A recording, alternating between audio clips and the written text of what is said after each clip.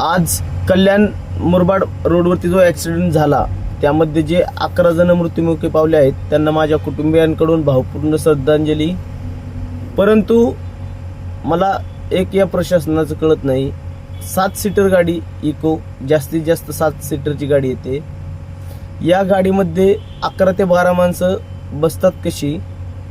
आणि दुसरी गोष्ट म्हणजे एक आजी आहेत त्या सुदैवाने यामध्ये वाचलेल्या आहेत, म्हणजे आजी आणि प्लस हे 11 जण जे मृत्युमुखी पडलेले आहेत, ज्यांचं मरण जे मृत्युमुखी पडलेले आहेत, असे 12 जण इको गाडीत होते। 7 सीटर गाडी आहे। विचार करा, जर आपण सीट बेल्ट लावला नाही तर पोलीस आपल्यावरती नजर ठेवतात। खास करून मुंबईच्या पोलिसांविषयी बोलतोय मी। आपण जर प्रेशर हॉर्न वाजवला किंवा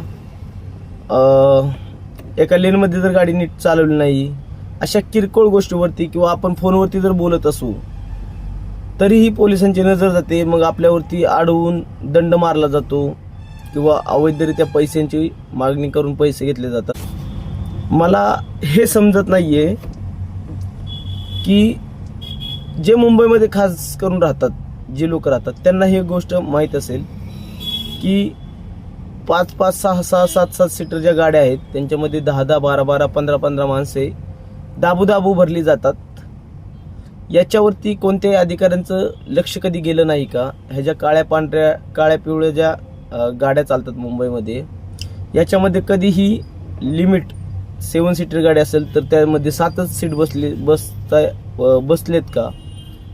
असं कधी मुंबईमध्ये पाहायला भेटत नाही। भरपूर लोक गाडीमध्ये दाबू भरली जातात। मग मला काय म्हणायचंय, हे रोजच्या रुटीनच्या गाड्या असतात, ह्या पिवळ्या आणि काळ्या ज्या गाड्या आहेत त्या रोजच्या रुटीनच्या गाड्या असतात। अशा गाड्यांवरती पोलिसांची नजर गेली नाही का?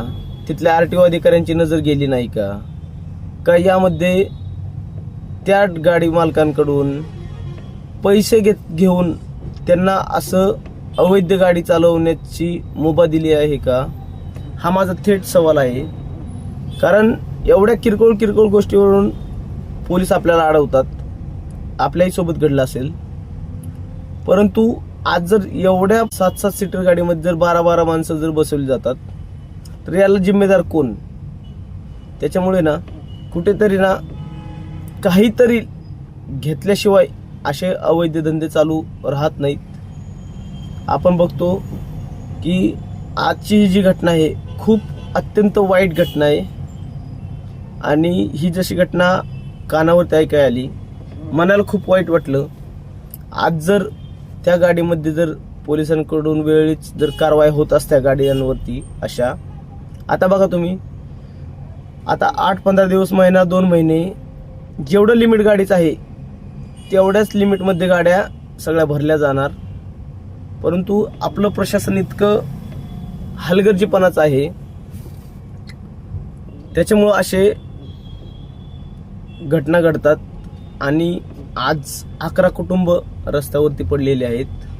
त्यांना राज्य सरकारने, केंद्र सरकारने योग्य ती मदत करावी, त्यांच्या कुटुंबियांना या दुःखातून सावरण्याची शक्ती देवो हीच ईश्वरचरणी प्रार्थना करतो।